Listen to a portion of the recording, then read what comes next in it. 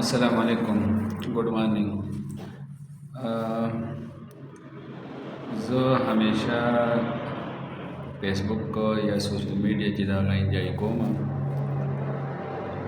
مختلف قسم سیاسي پوسټونه یا مزاحیه پوسټونه هم تاسو سره شیر کوم. نن چې زه تاسو سره کوم ویډیو کوم دا د اویرنس لپاره را او په دې کې یو څو خبرې داسې کوم کېدای شي چې هغه ستاسو په کار راشي. نن سحر چې را پاڅېدم نو په واتس ایپ چې مې کولاو کو په انبکس کې راته یو ویډیو پرته وه. ऐनक तोड़ टोटका जो है ये बड़ा कमाल है कि जिन लोगों की नज़र कमज़ोर है उन्होंने ये इस्तेमाल किस तरह करना है। सुबह खाली पेट 2 खाने के चम्मच बाकायदा इस्तेमाल करने हैं और आप देखेंगे कि आपकी जो नज़र है वो बेहतर होना शुरू हो गई है, नज़र तेज होना शुरू हो गई है, ऐनक का नंबर जो है वो कम होना शुरू हो जाएगा और अल्टीमेटली आपकी ऐनक से जान छूट जाएगी। ऐनक तो یو ملګري را لېږل وه او په هغې کې د یو حکیم صاحب یا پته نشته چې څه هربل میډیسن والا یا داسې یو حکیم و چې هغه خپل پراډکټ چې دی نو هغه شیر کړی و او په هغې کې څه خبره داسې کړې وه چې ملګري د هغې په باره کې د سترګو په حواله سره څه تپوس کوو. نو تاسو به زما سره دا چشمې نه دا چشمې د پیشنټ دپاره نه دي بلکې په دې کې 2 څیزونه چې دي هغه زما د کار دي. یو په دې چشمو کې زما د نظر نمبر دی ځکه چې زما نظر لږ کمزوری دی نو د هغې لپاره استعمالوم. دویم نمبر که تاسو دا شیډ پکې نه دا بلیک نو دا زما سترګې چې دي هغه د نور ته سینسیټیو دي، رڼا ته سینسیټیو دي. د هغې نه حفاظت دپاره چې دی نو زه دا یوز کوم. د هغې د وجې ما ته ډېر غټ ریلیف میلاویږي. سترګې چې دي هغه خارښ یا اوبه چې دي نو هغه نه کوي. اوس تاسو به وایئ چې د خپلو چشمو بحث څه لګئ چونکې زه یو ویژن سپیشلیسټ یم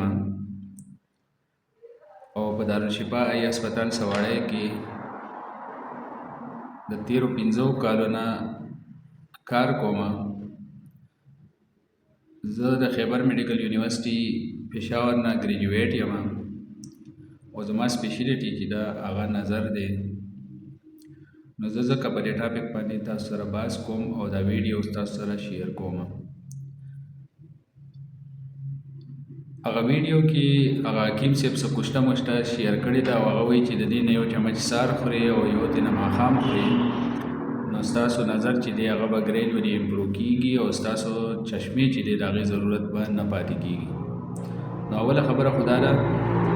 چې که فرض کړو دغه شان له کوشتو سره دا پاسبل وی چې د نظر نمبر چې دی هغه چشمې چې دی هغه لرې کېدی شوې نو د ټولو نه اول به ما خپلې لرې کړې وې، بیا به ما خلکو ته چشمې نه لیکلې. اوس دې حکیم صاحب په دې خبره باندې زمونږ ډېر ناپوهه ملګري چې دی هغه عمل وکړي، خاص کر په ماشومانو کې په غټوالي کې که فرض کړو د چشمې نمبر راځي او ته استعمال نه کوي تا ته به سیس کلیر نه ښکاري یا به ستا په سر درد وي یا به تا ته نظر ریلیټډ چې څه پرابلم وي هغه به کېږي، سر درد شو یا زړه راشیده شو یا سیس کلیر نه ښکاره کېدل شو یا د نور نه سترګې برېښېدل شو یا تا ته په ډرایوینګ کې مشکلات شو هغه څیزونه وي. خو که دا تجربې دي په ماشومانو باندې شروع کړي نو یو خاص ایجه پورې نظر چې دی نو هغه جوړیږي او د هغې لپاره په برین کې یا په دماغو کې چې کومې خلیې دي هغه ډیولپ کېږي نو د هغې لپاره یو خاص کلیر ویژن پکار دی. که هغه کلیر ویژن دی نو هغه خلیې چې دي نو هغه به هغه شان جوړې نه شي او یو انسان چې دی هغه به د همیشه لپاره د کمزوري نظر سره مخ شي یا به هغه ړوند پاتې شي ځکه چې خلیې بیا لیټر ایج کې چې دی نو هغه نه ډیولپ کېږي نو دا بیا ډېر زیات د نقصان خبره ده. اوس عام سړی خو په دې باندې نه پوهېږي چې د چشمې نمبر ولې راځي. د سترګې یو څو اهم پارټس دي چې د هغې لوکیشن د هغې ساخت چې کوم دی یا د هغې اناټمي چې د هغه د نظر لپاره ډېر زیاته اهمه ده. پای کې زمونږ کارنیا ده، پای کې ایکوس هیومر دی، پای کې زمونږ آیرس دی یا زمونږ کرسټلاین لینس چې کوم دی، ویټرس هیومر دی یا ریټینا ده. اوس دا ټول څیزونه په خپل پراپر ځای د یو بل نه په خاصه فاصله پکار دي او د دیو هغه ساخت چې کوم دی جوړښت چې کوم دی هغه هم پراپر پکار دی نو هله چې دی نو نظر به صحیح ډیولپ کېږي. که فرض کو د دیو په د یو بل نه پرې فاصله کې څه فرق وي یا د دیو په ساخت کې څه مسله وي نو بیا انسان د نظر د کمزورۍ سره مخ کېږي. اوس دغه څیزونه چې دي هغه په خاص کر په ماشومانو کې په ارلی ایج کې چې دی د هغې ډیټیکشن د هغې پراپر ډایګنوز او د هغې ټریټمنټ پکار دی. که هغه څه پیتالوجي وي څه بیماري وي نو د هغې د هغه وخت نه په وخت باندې علاج پکار دی. که هغې کې داسې څه بیماري نه وي د چشمې نمبر راځي یا داسې څه یو ایشو وي کږوالی وي نو هغه په ټیم باندې ټریټ کول پکار دي. که هغه د چشمې سره وي که هغه د اپریشن سره وي یا بل داسې میډیسن سره وي که دا په ارلی ایج کې یا په هغه پراپر کم ایج چې کوم دی په هغې کې ټریټ نه شي نو دا انسان د همیشه لپاره کمزورې نظر والا پاتې کېدی شي. اوس د چشمې نمبر چې راځي نو یا به دغه کم پارټس چې ما بیان کړو دا به د یو بل نه په هغه خاص فاصله باندې نه وي پراته یا په دې کې هغومره پاور نه وي چې ستا امیج چې کوم دی د یو ابجیکټو یا د یو څیز هغه عکس چې دی هغه په ریټینا باندې جوړ شي پراپر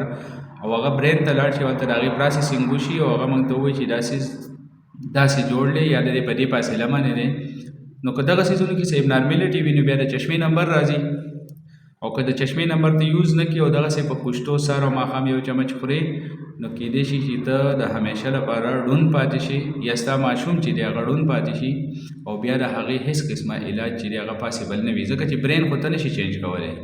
یا ریټینا خو ته بیا نشي چینج کولی چې د هغې ډیولپمنټ وشي او بیا هغه نارمل شو یا ایب نارمل شو یا د هغې هغه پراسیسینګ چې کوم د ایمیج پراسیسینګ کېږي هغه پراپر ونشي نو بیا تر وروستو په هغې کې د هغې په ساخت کې یا د هغې په جوړښت کې څه بدلون نشي راوستی. لکه ته کور جوړی نو د هغې لپاره سیمټ سخت خښت او دا څیزونه چې دي د هغې اوبو هغه پراپر مقدار پکار دی. که ته هغه پراپر مقدار ورنه کړي سیمټ هم هغه شان ورنه کړي او دغه شان له اوبه هم هغه شان ورنه کړي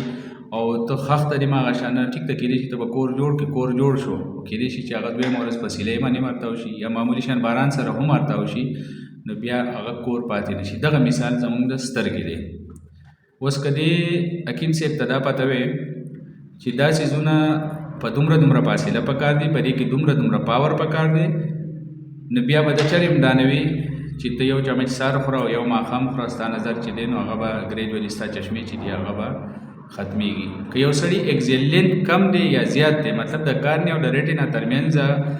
کم ډیسټنس دی کومه فاصله ده هغه کم دی یا زیات دی نو په دې کې به د چشمې څه نمبر راځي. اوس د دې د کشتې سره څه تعلق دی ځکه دا خو اناټومیکل چینج دی هغه پوزیشن چې دی هغه پراپر نه دی نو هغه په کشتو باندې چې دی نو هغه پوزیشن چې دی هغه ته نشي چینج کولی. دغسې د کارنیا کرویټر یا د هغې پاور چې دی هغه پراپر نه دی هغه یا کم دی یا زیات دی او هغې د وجې د چشمې نمبر چې دی نو هغه راځي ځکه چې که د سترګې پاورفول سترګې د هغې ته موږ مایوپ وایو مثال په طور په یو عام دغه کې به وایو قریب نظري ورته وایو.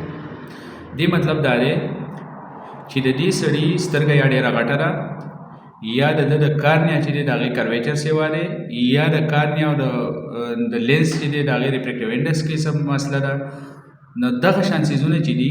هغه په کشتو باندې نه ټیک کېږي ځکه چې ته یو انسان چې دی د هغه سټرکچر چې دی هغه په کشتو باندې نشي چینج کولی لینس بې ته مخکې وروستو نشي راوستی یا امیج چې دی نو هغه ته بیا د هغې هغه پاور په دې کشتو باندې نشي سیوا کولی. نو د دې میسج مقصد مې دا دی چې د هیلث داسې بلا شي ایشوز دي چې هغه موږ په داسې په اسانه طریقه یا داسې په آنلاین خلکو باندې یقین کوو چې دا به دا څیز وخوري نو دا څیز به نه وي.